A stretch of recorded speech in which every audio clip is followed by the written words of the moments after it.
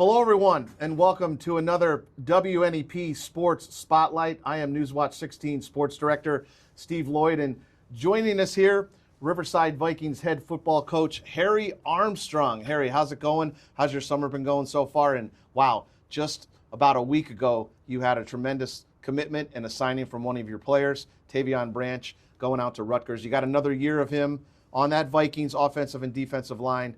A great kid, great for his family. Congratulations, and must have been ecstatic and obviously a great time for the school district down there and your program. Well, Steve, things are going great. First of all, thanks for having me here on the program. I'm really excited to be here, and it's an exciting time for Riverside football right now. And having a young man like Tavion Branch help bring us back to prominence right now and trying to share some of the excitement that he's going through with our program and the entire community. It's really a lot of fun right now. So we're right in the thick of things in our summer programs, getting things ready, going out to camps. Working together as a team and getting ready for an exciting season this year. I know when we were doing the Super 16 Dream Team down at the Wilkes-Barre-Scranton International Airport, and he came down with his mom and Tavion, they were talking about the process of everything that he's gone through. Can you elaborate on all his visits and how time-consuming? Obviously, it was fun for him, but then to finally get this out of the way and make the commitment to go play for Rutgers. Well, certainly it's been incredibly time-consuming for him. Going back to last year in the springtime into summer, he really put in his time doing the camp circuit, getting out to work out in person at a lot of these different universities for the coaches, and he left a great impression on them, and that's when his scholarship offers started pouring in before his junior season.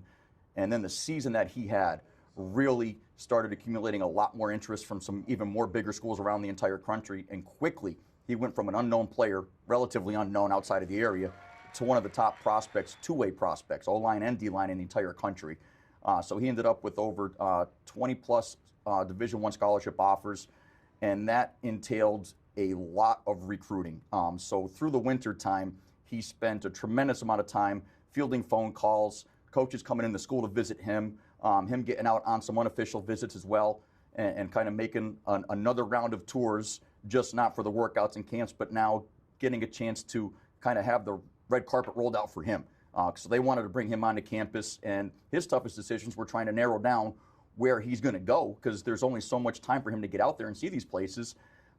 So it's been a grueling process for him. It's been an eye-opening process, and the whole recruiting landscape has changed tremendously in just the past few years. And seeing a young man like Tavion have an opportunity to take advantage of it and go through it, it's really cool. So I'm really happy for him and what he's going through right now. You get to see him day in and day out. You get to see him in game action, in practice. Mm-hmm. Talk about his physical attributes and what he brings, starting with, I guess, his hands and his feet, and Sure. obviously his strength. Well, he's got really rare physical attributes. He's got incredible genetics. From the time he started training with us, he's evolved very rapidly. He just started playing ball as a freshman. So to gain the experience was a big part for him. But once he got connected with what he can really do athletically, it was just a matter of time until that started showing up on film and in play. And to help exemplify those attributes, he's been a maniac with his training regimen and his nutrition, really knowing what he can do. So he's nothing short of an incredible athlete. For a guy his size to move as fast as he does is extraordinary. And he's only going to get stronger. He's only going to get faster. He did things like competing in powerlifting to stay competitive with his training. He's worked tirelessly on his speed and athleticism because he knows the game is played from the ground up. So unless you can't move that size, he's not going to be as valuable as he is. So he really is a unique player. On the way in, Harry, you were commenting about how proud you are of him and his academics, and that he's going to be able to graduate a little bit early from Riverside. He's a great kid, not only on the field, but what does he bring to this team off the field? Well, I think his character as a young man and as a person and as a teammate is really what sets him apart from a lot of other different young men. He recognized about 2 years ago, for him to fulfill his goals and dreams, he had to step it up academically. And he'll be the first to say it. Junior high, leading into that, he didn't take it as serious as he could have, so he put himself a little bit behind in that regards. But once he took the same competitive mindset and drive with his academics, you see his intelligence shine through. So he went from being an average type student to somebody who's getting offers from schools like Notre Dame and Duke University. They don't offer just any old athlete, so you got to be an outstanding student there. And he's on track now to graduate early from Riverside so he can early enroll at Rutgers University come springtime. As we move on from Tavian, you have him back for another season. We go back to the Vikings last year. You play Troy up at Towanda, a great football game. The Trojans go on to win the AA state championship. What do you remember about that game and facing them? And where's your program at finishing up last year and now going into this season? Well, certainly the atmosphere of that game was something our players got a chance to experience for the first time. It brought back a lot of memories of some older teams where we played in some packed stadiums. And, I mean, the fans for that game were lining up an hour and a half before kickoff around the stadium, wrapped around, waiting to get in and get their seats. And, I mean, it was so just overflowing with people in that game. It was a really loud atmosphere, and our guys got a feel for what a big-time game like that is with a big-time program. So it was a battle for 4 quarters for sure. Obviously, Troy came out on top, and a tremendous amount of respect for that program. They went on to win the state championship. But we also came away from that game knowing that we could beat them, and we could ourselves compete for a state championship once again. So coming into this season, that's a lofty goal for us, but hopefully if things go right for us, it's something that we'll have an opportunity to compete for once again. Harry, you also had a couple other players make our Super 16 dream team, and Richie Kostoff, a dual threat kid, not only playing defensive end and tight end for you, and then your quarterback, Chase Tedonio. Where are those kids now with their future in football, and what did they help the Vikings out this season? Yeah, well, Richie Kostoff, he'll be playing at East Stroudsburg University. He was one of their top recruits, and he'll be playing on the offensive side of the ball, but he was somebody who was recruited on both sides as well. He was a 4-year starter at linebacker and tight end for us. And, I mean, he played the game in a throwback mindset, very physical player, and he was a Swiss Army knife of types on offense for us, where he played running back, tight end, also lined up at receiver, and same thing on defense. We utilize him in a lot of different situations. So we have very big shoes to fill there with a player like Richie, who was also a tremendous leader, and as was Chase Tedonio, our quarterback, dual threat quarterback, who really those two guys were the essence of our offense. And Chase was an incredible decision maker and so tough for us. He really stepped up in the playoffs, running the football for us, not just throwing it. And I'm excited for what Chase's future has in store. He is choosing not to continue to compete. He's going to Penn State main campus. He's looking to major in physical therapy, and he one day wants to coach, and I have no doubt that he's going to be a great coach. Two great kids that brought a lot to your program. Stick around with us. We'll have more of the WNEP Sports Spotlight with Riverside head football coach Harry Armstrong when we come right back. We need a running back. Where's Hernandez? Here, coach. Football's not a contact sport. It's a collision sport. Wide receivers. Harrison, let's go. If what you did yesterday seems big, you haven't seen anything today. And Lloyd, finally in charge. What took so long? No matter the circumstances you may be going through, just push through it. The Super 16 Sports Final returns Friday on WNEP. And hello and welcome back to the WNEP Sports Spotlight. I am Newswatch 16 Sports Director Steve Lloyd, once again head coach Harry Armstrong. Harry, at the beginning of last year, we were able to get down into your field house with Courtney Harrison and Eve Hernandez and shoot this football promo from our production department. A lot of fun. I think the kids really enjoyed it. It came out really good and kind of showed your energy and your character a little bit, able to act a little bit. What did you kind of take out of having us down there for a couple hours? Well, I don't know if I was acting. That was really me. So same for our boys. We had a great time doing that. That was a phenomenal memory for our guys to have. So we really appreciate you guys including us with that. And that's something that they talked about for a while through the season and certainly created some extra energy for us, feeling that we get a little extra eye on us. So that was a really cool moment. I think the hardest thing for probably Courtney, Eve, and myself was getting the jersey over the shoulder pads, and then they didn't want us to have our helmets on, so that was pretty easy. But yeah, your arms feel like they're going to break when they're kind of going in there. Obviously, trying to fit me into a high school football jersey. I mean, I look for a big number, but those are tough getting the pads and the jerseys on. Well, these jerseys these days, if you don't see them on the pads, they're so shrunken down, you don't want them to grab or pull on them. Right. So they're made incredible, with a lot of elasticity, to say the least. So I'm sure you stretched it out a little bit to get it on there. Yeah. And you're right, it is not an easy task getting it on, and you're not alone. Our guys struggle getting them on and off. They usually have to rely on each other to do the same thing. Yeah, and then not only that, remembering our lines, and then certainly trying to towel us off from all the sweat going on. But we appreciate you having us down, and I mean, it was a great way to kind of kick off the season.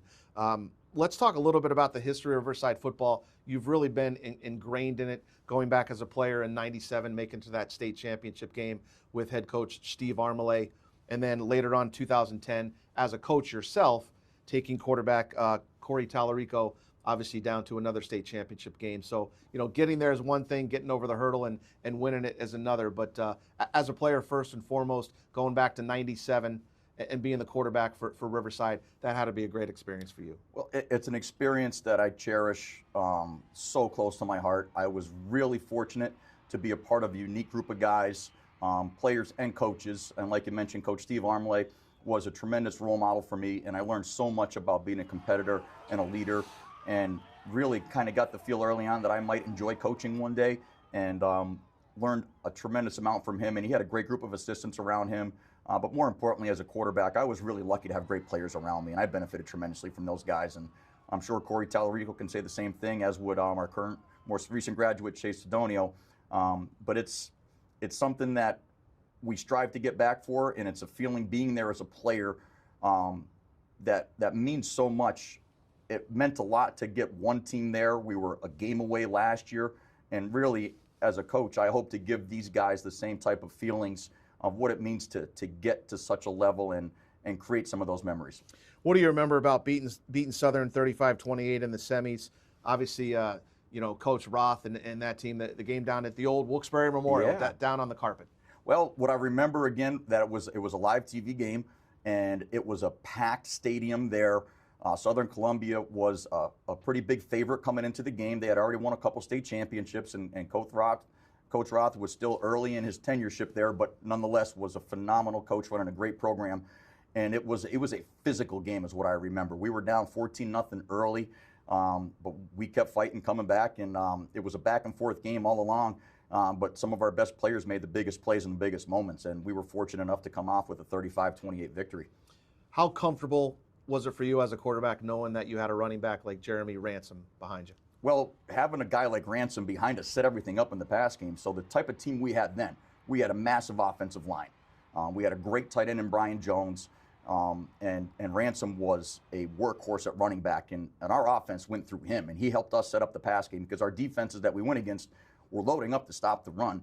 So usually when we threw the ball, we had a lot of one-on-one matchups or no safety help, so created some easy throws down the field. And in that game, Brian Jones was one of the recipients as well, and we were fortunate enough too. Brian Jones was a coach with us for the past few seasons too, and but it's certainly having a guy like Ransom in that position. It's remarkable to have, and every team needs some guys that can kind of put them on their shoulders and get us some tough yards and some big plays. In that state final, you lose to Farrell in a tight game, 10-7, and then fast forward to 2010. Now you're the head coach. You're back in another state final. Obviously, playing Clairton, that's kind of a shootout. What do you remember about that state playoff run and that season in particular? Well, in high school in '97, we played Sharpsville. It was a 10-7 game. Unfortunately, it was a game where we struggled a little bit on offense, and they had great speed on defense, and they did a good job neutralizing us. We did have some opportunities to win that game too, and myself, we were this close, didn't take care of the football, about this far away from the goal line here, and woulda, coulda, shoulda. But certainly sometimes things happen for a reason, and it was a great learning moment for me in the long run. And I could almost say the same as a coach against Clairton in 2010, and Clairton was a massive favorite in that game. They were on something like a 60-game win streak coming in. They were beating everybody by about 50 or 60. And we shocked them early. We got up 24-0 on them. They didn't know what hit them. It was Nick Rossi who had hit them a couple times, and the big plays by guys like Corey Tallarico and Skylar Lavage making plays as skill players. We kind of had the perfect storm going early, but they weathered that storm, and some of their main playmakers like Tyler Boyd, who's now playing for the Bengals in the NFL and has got a great career, he was a little much for us to handle down the stretch. And certainly as a coach, if I can go back, when we get that lead, I would be a lot more conservative and lean on a guy like Rossi running the ball a little bit more. But we were never comfortable with our lead, knowing how explosive Clairton was. So again, it was another one-score game, and we almost pulled that one off. So we got a couple really close calls, and hopefully from those experiences, if we get a chance to get back there, we can learn from them and get over that hump. Great history there with Coach Armstrong. When we come back, we'll talk about some of the history with him coaching down at Wilkes and a little possible stint in AF2 with the Pioneers years ago. More with head coach Harry Armstrong here on the WNEP Sports Spotlight. Stick around. And welcome back to the WNEP Sports Spotlight. Head coach Harry Armstrong from Riverside High School joins us.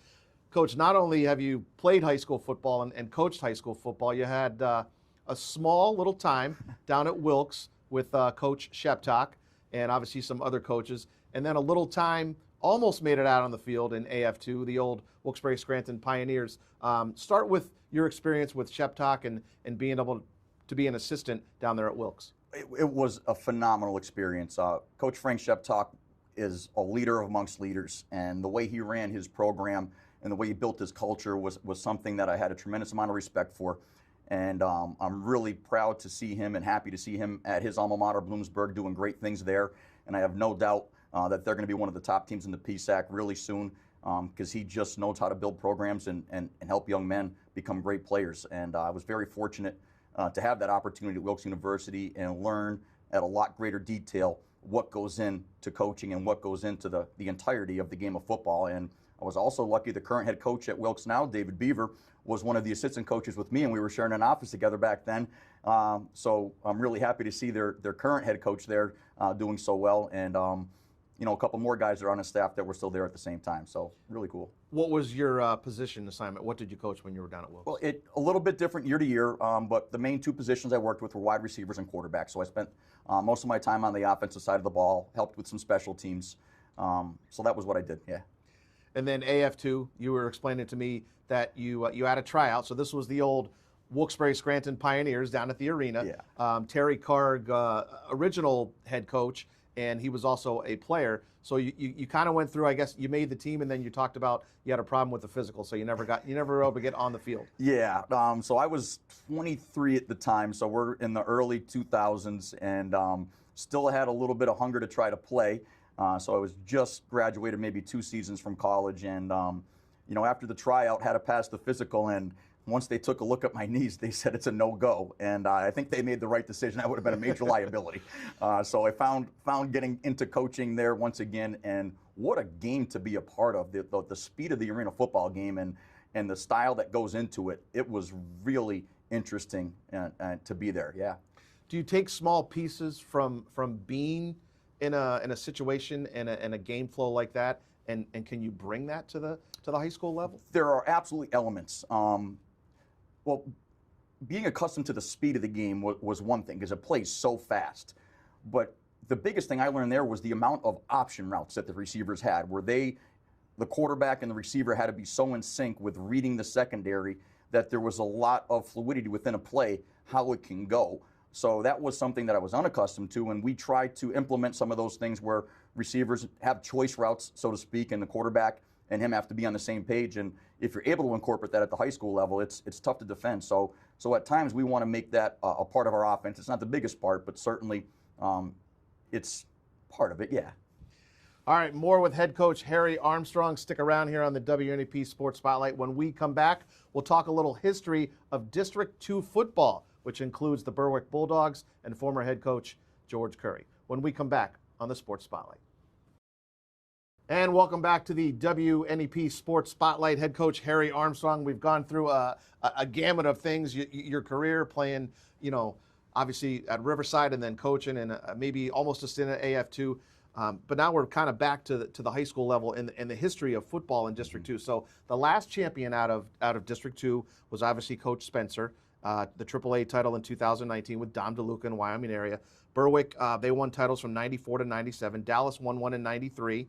Valley View won one in 92 with George Hawanitz there at quarterback. And then Hanover area in 90. And then before that, Dunmore in 89 with Coach Henses. And then Berwick and Coach Curry back in 88. So let's start with Berwick and your experiences with Coach Curry over the years. Well, grateful enough to have a few different experiences. One of the first high school games I remember going to was my dad took me down to a Berwick game. Had to be, I think, 87 or 88 season, so I was only 7 or 8 at the time. And that atmosphere then was wild. I could still vividly recall it. Smoking was still allowed in the stadium. It was something that was like a smoky, overflowing amount of people, and the intensity of the game was something I had never seen before at that age. And I'm pretty sure Ron Paulus was the quarterback then, and I think that's when I turned to my dad and I said, I want to play that type of position. I want to be that guy.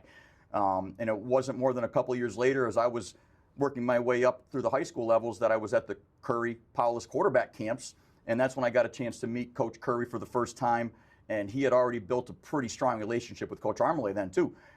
So learned quite a bit from him about the quarterback position, and I think Coach Armstrong brought a lot of what he taught through that position into Riverside.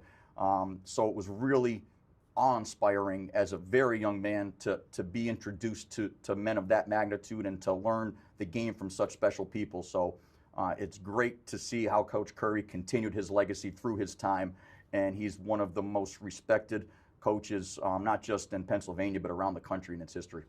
I always tell people I feel really lucky to have had the chance to be around Coach Roth and the time I was able to spend with Coach Curry at practice, and then obviously Coach Henzes up at Dunmore. Any stories on Coach Henzes up there at Dunmore and Buckland? Well, through our time there, again, we've had a lot of games with Coach Henzes and his Dunmore Bucks. Riverside did it, and I consider that probably our biggest rivalry through our history over the last 20-so years with Riverside and Dunmore.